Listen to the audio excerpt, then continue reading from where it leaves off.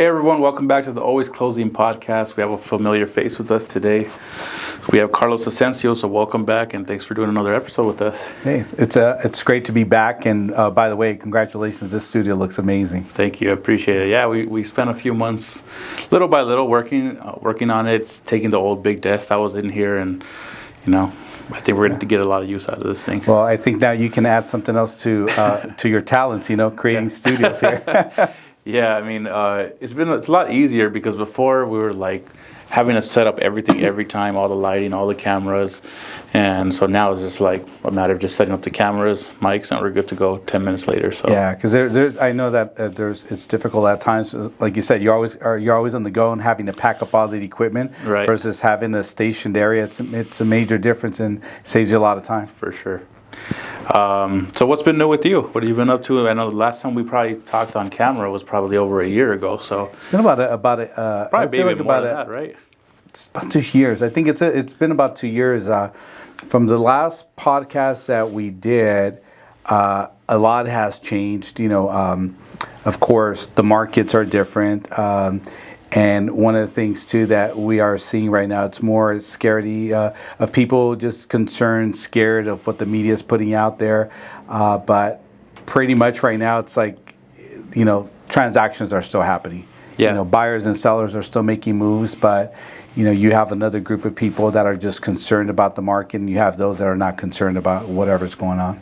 Yeah, I think a lot of it has to do with like a mindset, right? I mean, obviously, yes, there is a lot less inventory out there right now, but there's still plenty enough for you to go out and get some deals or do some business. I literally just talked to my team about that the other day. It's like, let me just pull up Zillow and just see how many active listings are in Southern California, not even including San Diego, just around us. And there was like thousands and thousands and thousands of listings. So, yeah. So it's just like there is listings. Obviously, it's not as much as before. But if you want to go out and get it, there's business to be made. And like you said earlier, mindset is everything, right?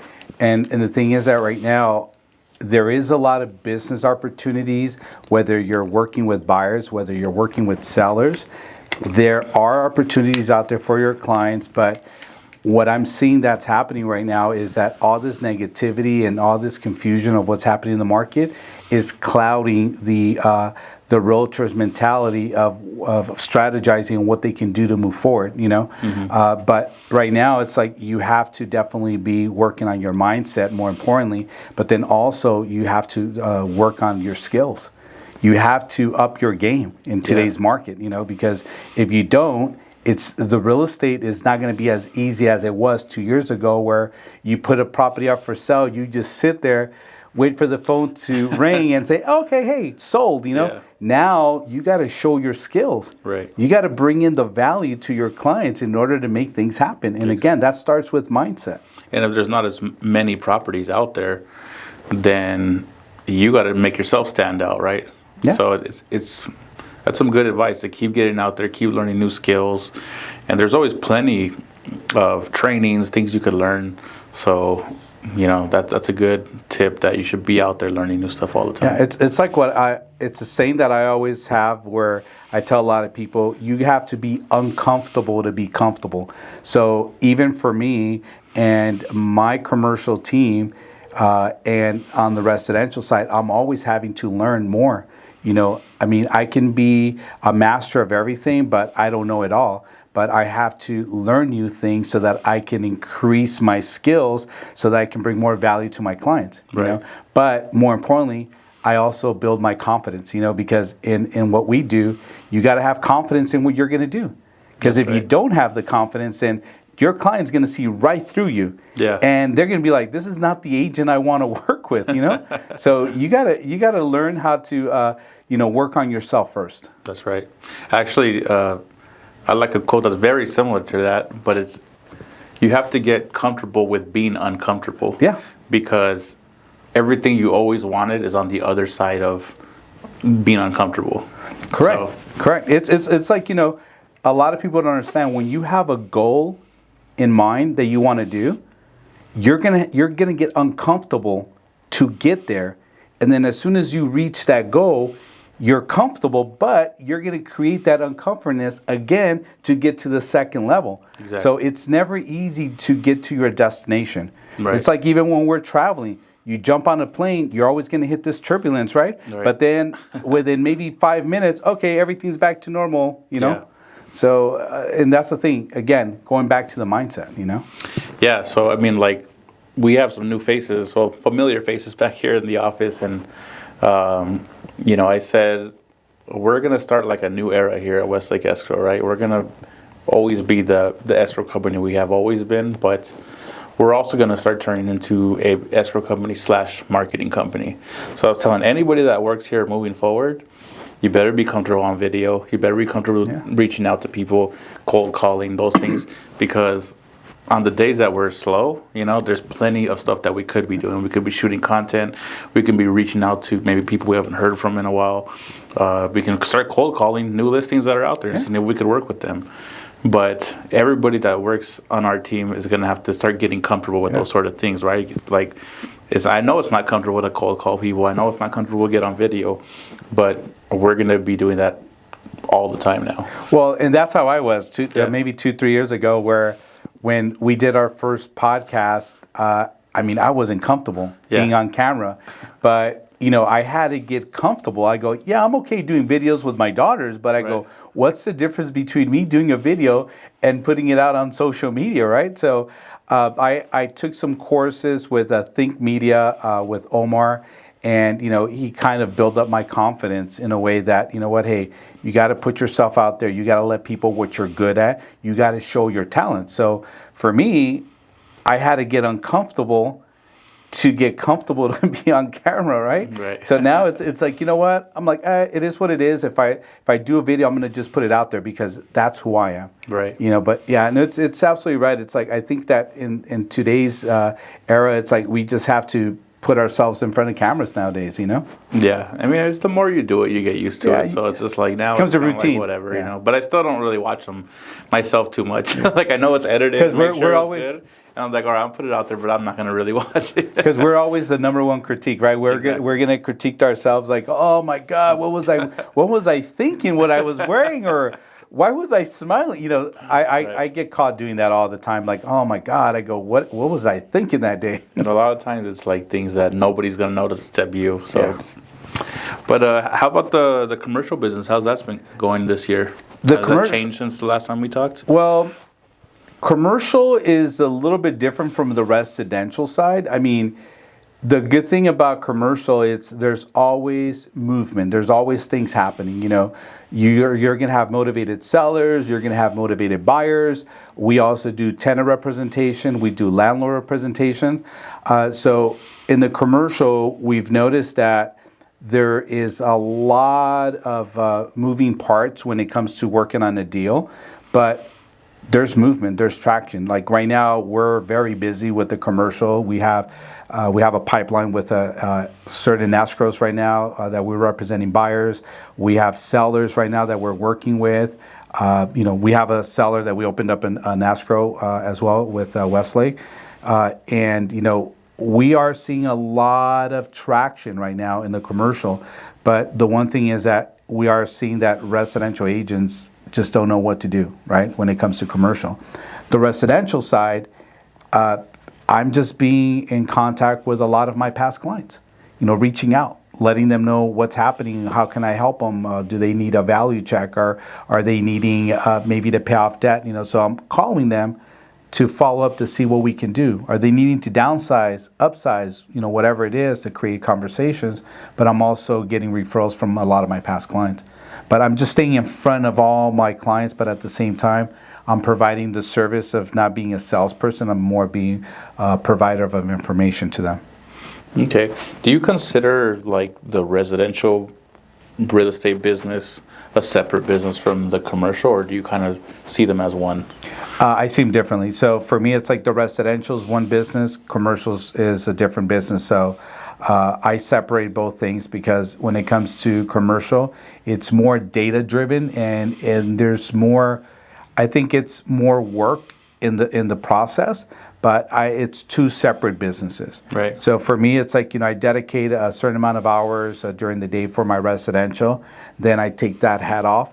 I put on my commercial hat on, and then, we set up appointments, do follow-ups, and then our marketing, our social media videos and stuff like that. So they're two different businesses.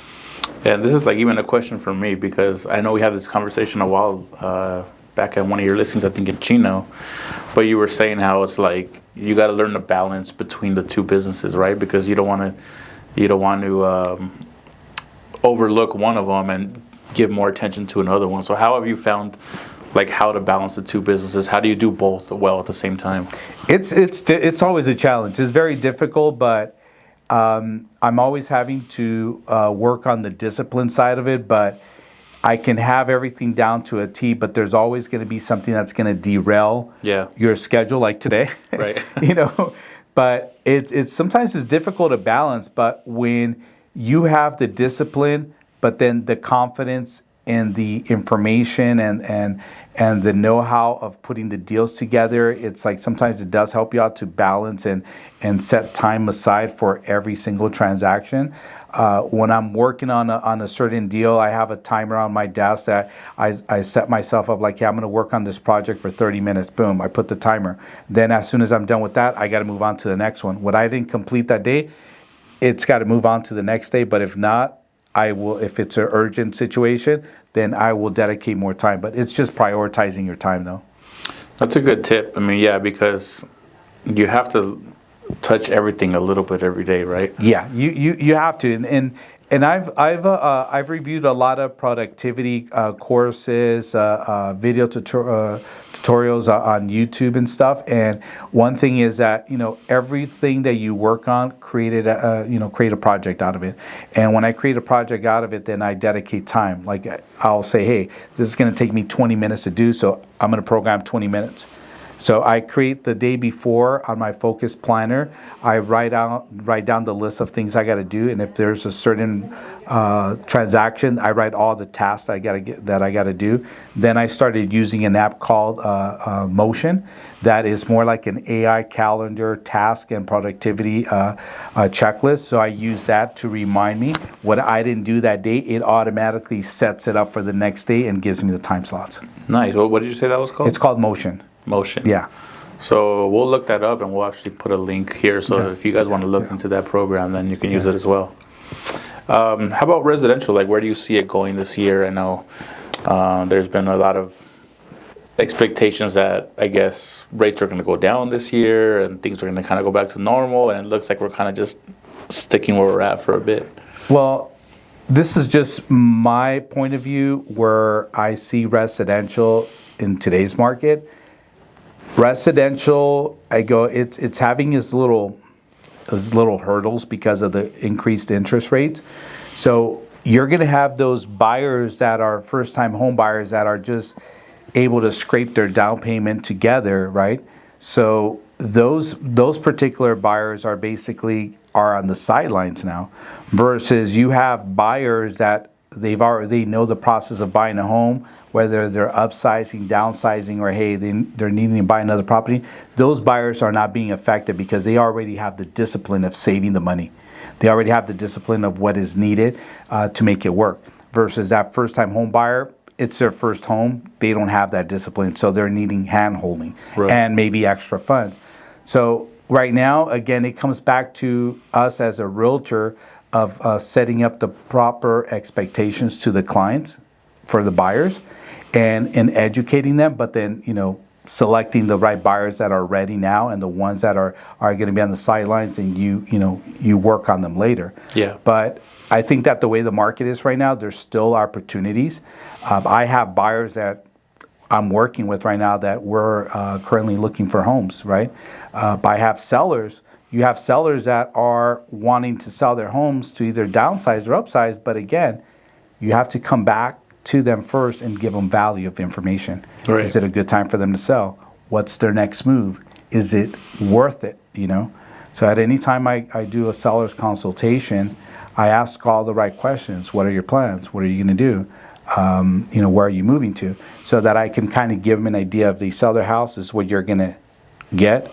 Now, Are you going to pay capital gains? Sometimes you get agents that are so excited about taking the listing, but they don't cover that. And they wait to the last, to the end. That's all a of a sudden, huge now hit, the seller's like, oh my God, I did not know, and then it derails the transaction. So I always make sure that I provide as much information up front so that they can feel comfortable and have the confidence in taking the deal to the finish line. That's smart. And do you think the Federal Reserve is going to shift at all this year? Do you think they're going to start lowering rates? Do you think they're going to hold out until next year? Because I know with inflation, it's kind of like it's gotten better, but then it kind of goes up a little, but it's still not. It's still being a little bit stubborn. So, well, look, this is just my belief, and this is just what I'm seeing right now. They're not going to want to do nothing. They're going to kind of leave everything in the way it is. Why? We're near elections, so the person that's going to become president, they're going to want to use that to their benefit. Like, hey, guess what? You elected me as president. I'm the one who's going to bring down the rates. I'm the one who's going to create these programs to give the first-time home buyer a credit at the end of the year on their taxes, or that seller to sell a house and get these credits, right? So I just think that right now the Federal Reserve is probably just going to, they're just going to play a little bit, but they're not going to make a lot of major changes, because I think this is something that's going to happen when the new president gets elected. That's going to be their moment to shine, to show people like, hey, this is the reason why you voted for me. Here's what I'm giving you guys. So you think the election's going to have a lot to play with the real estate market? I think so. But regardless, real estate moves the economy, right? Commercial and residential. So real estate is much needed in any economy. That's just my point of view. Yeah, that makes sense. How about like just in general? A lot of people are saying, I don't know if you agree with this or not, that there's a housing affordability crisis going on right now, right? That the average income does not match up with the average price of a home. So do you agree with that? And then if you do, what's some of your advice to people that is dealing with those issues? Well, a lot of people are they're out of place right now to buying a home, right? Because the prices are a little bit ridiculous, right? So you have that normal income earner that doesn't really make enough. Like, let's say they make under $100,000. Those particular buyers are being displaced right now, right? Mm-hmm. But then those that have like career jobs that are making over $100,000, then those buyers are still still wanting to buy, but they're kind of thinking twice about it. But I think that right now the prices are a little bit high, but it's because of supply. Right. Very low supply, but there's a lot of sellers right now that are willing to make deals happen. And the thing is that right now I just think that the way the market is right now, it's mixed reviews. You have buyers that are thinking the market sucks, but then you have those other buyers like, hey, perfect time for me. I can negotiate this deal, get to $50,000, $60,000 discount on the property. And are you seeing that right now? Or is there still multiple offers, people like fighting over homes? What's kind of like the current situation that you're seeing right now? Well, I had a particular buyer that we assisted them in buying a brand new home in a community. So we went into Escrow. I negotiated a brand new build. It was a model, all bells and whistles, all the furniture included. Nice. We went into Escrow at $566. The property was then appraised at $580. That's not including the furniture and over $30,000 worth of all the upgrades they had in there. Wow. So the buyer came up winning. Plus, they also got $10,000 closing cost credit on top of that. Wow. So the sellers were very motivated. They're like, hey, let's make a deal. So a lot of buyers right now are missing the opportunities right now to actually capitalize on the opportunities, because as soon as they start dropping the rates, you're going to have a flood of buyers, and then people are going to be outbidding each other, and that's going to increase price points. I'd rather try to buy now, even if the rate's a little bit high, secure my lower purchase price point, then I refinance the property later and I can get a lower rate. But hey, I'm not buying in the time frame that all these people are increasing offers by $30,000, $40,000, $50,000 that we saw 2 years ago. Yeah, that was some crazy times. So, and I think a lot of people think that as soon as rates start going down, that's going to happen again, because there's so many people on the sidelines waiting for that right now. There's still a lot of people right now. Yeah. But I gotta tell a buyer, if you're ready and you have the funds, just do it now. I go, there's no difference. I mean, if you have the money, just do it. Right. But if it's within their affordability. How do you think that we fix I mean, like you just mentioned, it's a supply issue, right? Right. Why there's so much, the prices are so high. So how do we fix the supply issue? I mean, do we need to start building more homes? How do you see that ever being fixed, especially here in Southern California? Well, right now the issue is that, there's little demand, but it's also because a lot of people that refinance their homes like 3, 4, 5 years ago that have these 2 and 3% interest rates, sell. It's like they don't want to sell because they're like, hey, if I'm going to sell, then I'm going to sell, take all this money, and then dump it into a new house where I'm going to be now at a 5 or 6%.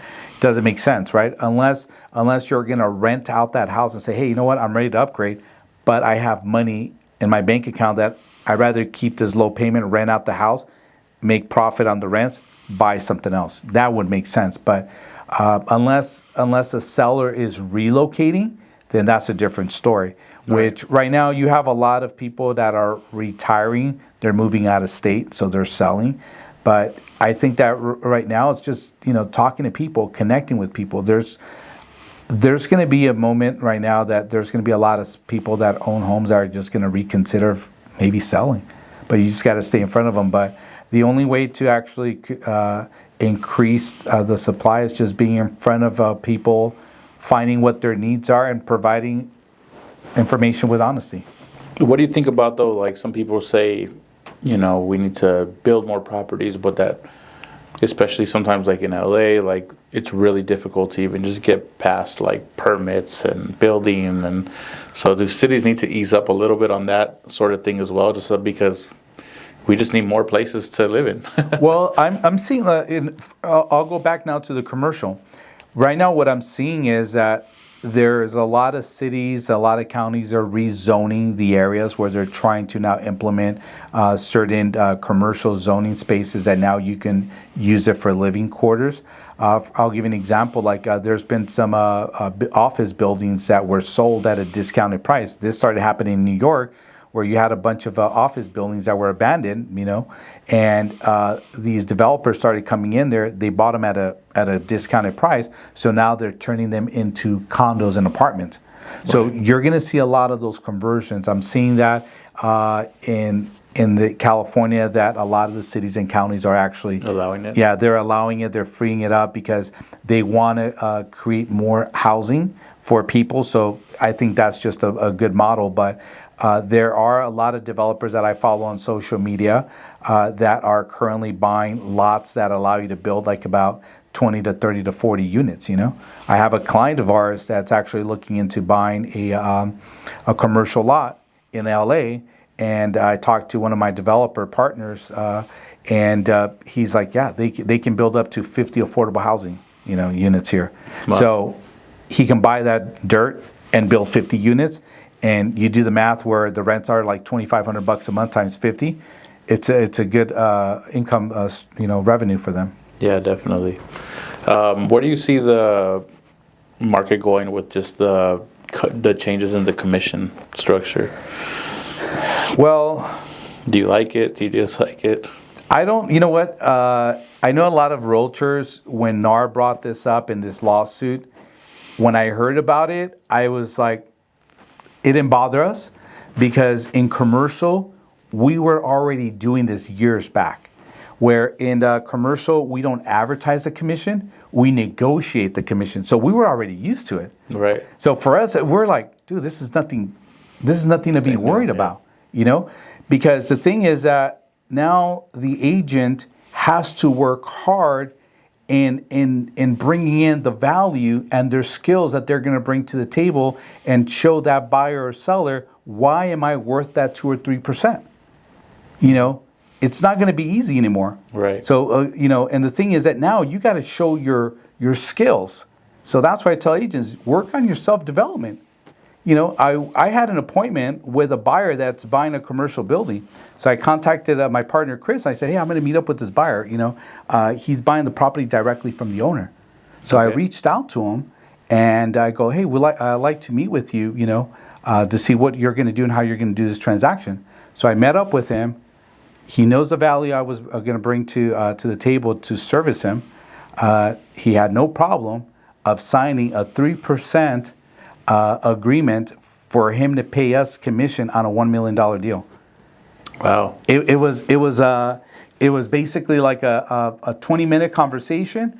I basically brought in the details of the transaction and what we're going to do and the service we're going to provide. He had no problem. So we already, again, we've done that numerous times where this situation that's going on with the lawsuits with NAR about, you can't advertise a commission anymore. Now you got to negotiate. The sellers can't pay. There's a way you can still do it, but now you got to, again, create your skills. I mean, I think always, anytime there's regulation to make competition, to increase competition, it's a good thing, right? Yeah. Because it's just going to make the people that are the best in the industry stand out even more. Exactly. And again, we go back to what we said from the beginning. What NAR is doing is creating for us to be uncomfortable Yeah. so that we can then go get comfortable. But then again, that's the thing that people just, they become victims. Oh my God, this sucks. We are our own victims, So for me, when this changed, I'm like, okay, great. Now I'm going to create a buyer's consultation package. I'm going to create a seller's consulting package, so I can have it on PDF digital so that when I meet up with my clients, here's all my skills. It's like a resume. Yeah. And for me, I'm okay with it because, again, we have confidence in what we do. So when I meet up with clients, it's like, I know what I'm worth. If a seller tells me, hey, can you list my building? I'll pay 1%. Sorry, I'm not the agent for you. Yeah. Have a nice day. Next thing you know, they call me 2 days later. Okay, hey, you know what? I'm okay to pay your fee. Right. So there's probably some people out there that will, but you're going to get what you pay for. Exactly. And that's what we tell the clients, like, hey, here's a list of everything that we've sold. And here's a report. So you're going to be hiring a good team versus you're going to pay someone a small fee. You're going to get discounted services. You're going to get a discounted visibility of putting your property out on the market. You might not even sell it. Right. But again, it goes back to us, increasing our skills and confidence. Yeah. So to move away from real estate for a little bit, I wanted to ask you, since you're a Tesla guy, what's your thoughts on the new Cybertruck? The Cybertruck, you know what? They're different. They're cool. I was in San Diego, and they have a Tesla store in the UTC Center. So I went in there and I sat and I was like, wow, it's nice and roomy. It's like when you're inside, you get a whole different feel from what it looks on the outside. But it's a nice truck though. Yeah, the one that I got to see, it was a matte black because they offer them through the website. Now you can get matte white or matte black or the steel. So the one that they had in the showroom was a matte black. I was like, dude, it looked really nice. It was a full package with all the LED lights on top for the sports edition. Right. Oh, I haven't even seen one of those. I've only seen the silver? The silver one. Oh no, the once you see the matte black, dude, it looks really nice. You're gonna want to walk out of the dealer with one. Oh, hey, are you considering getting one? Put your mountain bikes in the back? It's funny you brought that up because for me, I was like, dude, this would be a perfect truck for my mountain bikes and stuff like that. But I'm still like kind of thinking about it. I mean, I like the truck. It's really cool. But then I'm like, should I just wait to see what pans out with all these new ones? Because some of them had like little small issues. But I go, do I wait just to next year? Maybe I can get a better deal on some on the new ones. I think those are going over MSRP probably right now. Right? Tesla right now they're dropping prices. They drop prices on all their vehicles just to create more sales, from what I've heard and from what I've seen. Mm-hmm. So one more question for you, Carlos. Again, off topic from real estate. Since you're back and forth from LA and San Diego all the time, what's a restaurant that you recommend or that you like to go to? One in San Diego, one in LA. Okay, San Diego, I've got two spots. One, Fashion Valley Mall. One of my favorite places is True Foods, My other second spot, when I'm in downtown San Diego and I just need to get in and out at times, but their food is good, is puestos, but I found out that they also opened up a Malibu farmhouse in right across the way from Puestos. So that's another place that I would probably add as one of my other favorite restaurants that's coming There's up a soon. Puesto in Irvine too. Yeah, there's one right across the way from Irvine Spectrum on the other side of the 405 freeway. Yeah, tacos are delicious, dude. Yeah, I used to go there when I lived down there. Really good. How about LA? LA, you know what? It's like LA. I don't really go out there as much, but when I'm out like in the Beverly Hills, Wilshire area, I mean, I love our Earth Cafe, you know, right off of Melrose. But LA, it's like I really don't have that many restaurants that I can really probably say that I like, because I'm always like in Orange County, I'm always in San Diego, and if I go to LA, it's just hit and go. That's it. Right. Okay. One I recommend to you, I don't know if you've heard of it. There's it's called La Corriente. They have one them in TJ. Okay. So there's one in TJ. They have one in Rosarito. It's called La Medio Corriente. But now they opened one in San Diego. Oh wow. Okay. And it looks really cool because their food is amazing. So I was like, I want to go try their San Diego one and see if they changed the menu up a little bit. We'll probably be in San Diego real soon, so I'll probably go down there and hit it up too. Yeah, they do a nice little twist on like seafood or like the one in Rosarito. It's called Medio Corriente, but they do seafood, and then they have a smoker, so they do like beef ribs and things like that. So it's really good because they kind of fusion it with Mexican food. It's really good. I love seafood, so I'm now that you said seafood, I got to try it out. I'll send you the link after this so you could check it out. But yeah, it's a good place. Yeah. But yeah, that's all I have for you today, Carlos. Thank you so much again. You know, hopefully we keep doing these at least every few years. Hey, at any time that you invite me over, I'll be more than happy to come on. You know, we can probably maybe do some market reviews of what's going on every quarter, where the market's at for the residential and commercial, you know. For sure. And again, I appreciate the services that Westlake Escrow always provides for me and my clients. You know, you guys are always on top of things, and for me, it's like, you know, you guys go way and beyond on the services that you guys provide to my clients, even on the weekend. So I really appreciate that from you guys. Thank you very much. I really appreciate that. And the cool thing now is, now that this thing is set up, even if you just pop in here, you're like, hey, let's go record for a few minutes. Honestly, it's like you guys have an awesome setup, man. I definitely, it's like now I want to improve my my studio, my office too, man. You guys did a really good job. You know? Thank you. I appreciate it. Well, thanks again, Carlos. It was great being on your podcast, man. Thank you. And then thanks for tuning in to another episode. We'll see you guys on the next one. See you guys.